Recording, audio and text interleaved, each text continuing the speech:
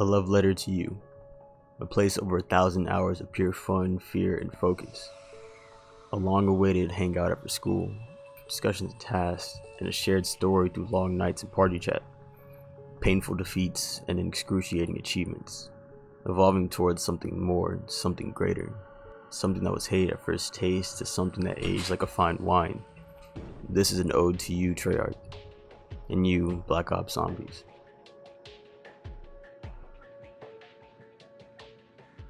Alright, first things first, Black Ops 4 doesn't exist. That's enough. Let's go. Yeah. Sure, step aside, kid. We're in a... Black Ops 1 redefined the idea of massive hordes and long rounds with even longer nights. An iconic slate of maps including Moon, Ascension, and to this day a top 3 map in Kino der Toten. The environment was beyond horde, proving that they aren't afraid of innovation with ambitious shots at the stars like Call of the Dead and Shangri-La, which both had new wonder weapons for the first time in forever. And topping all of that off, we went back and refined all the versions of the terrifying World War maps that you guys all enjoyed. Thank me fucking later. All those maps in this new game still hold that hopeless effort feel. The bare bones experience, like the us versus them, with no real goal, just struggling, minimal assistance, for nothing more than just bragging rights, is unmatched. And while riding high after 30 million sales, Treyarch could not fucking miss, as they decided after an excruciating COD cycle to release the highly disappointing, anticipated, Black Ops 2.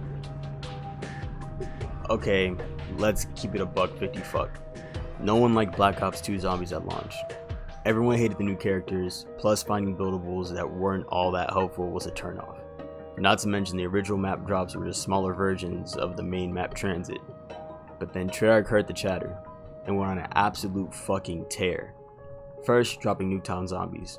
Banger, old map, great concept.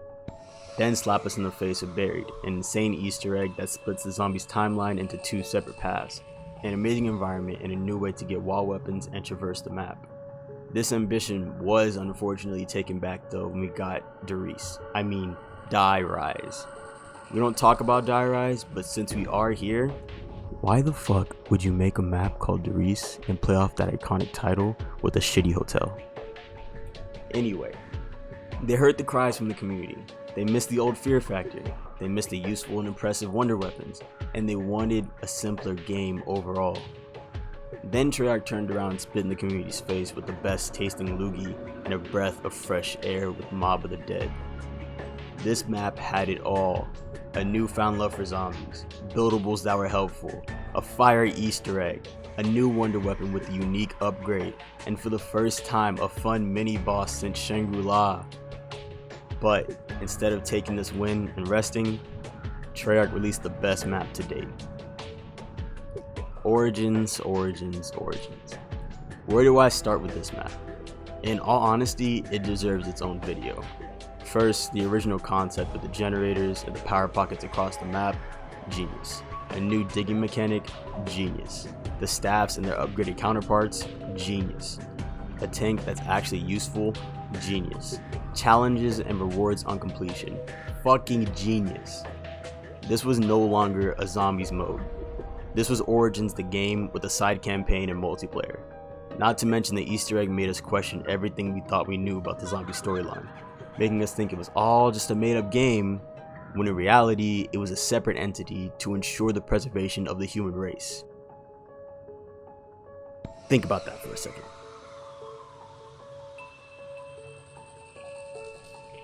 A true masterpiece, and after a long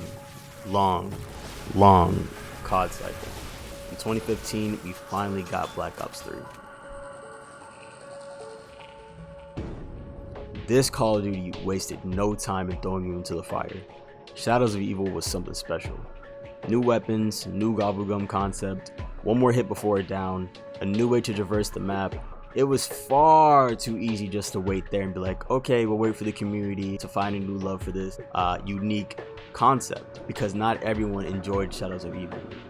But the next drop surpassed expectations. The Rising Dragon. They grabbed the staff concept from Origins, and this time it was in the form of bows. All insane.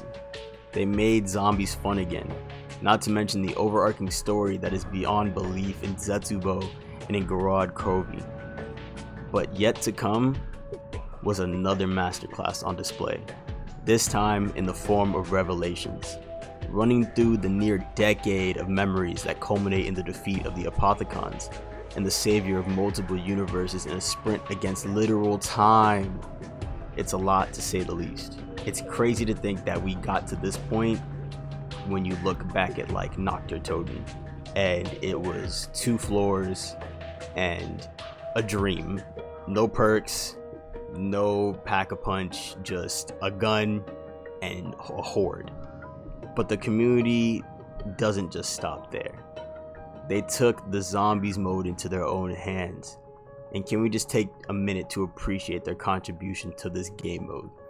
Maps like Area 51, 47 Berkeley Lane, I don't remember the name of it, but the cheese one with the stairs and it goes in a circle, Fort Rapture, and many other reimaginings of great maps like Terminal are all labors of love by this community. This horrifying and overdone genre captivated an entire generation, beyond an entire generation of anti-Nazi enthusiasts. I mean, zombie mode enthusiasts. And after all these works of art and their endeavors, it just felt like it was presented this way. Like it was a journey beyond space and time. Maybe it was extra sometimes, but that's how the story was told. And just like the story, it was something that never really existed, but at the same time, this was the only thing that mattered for over a decade. A path from mere survival through adventure, ending in something so different but just as great.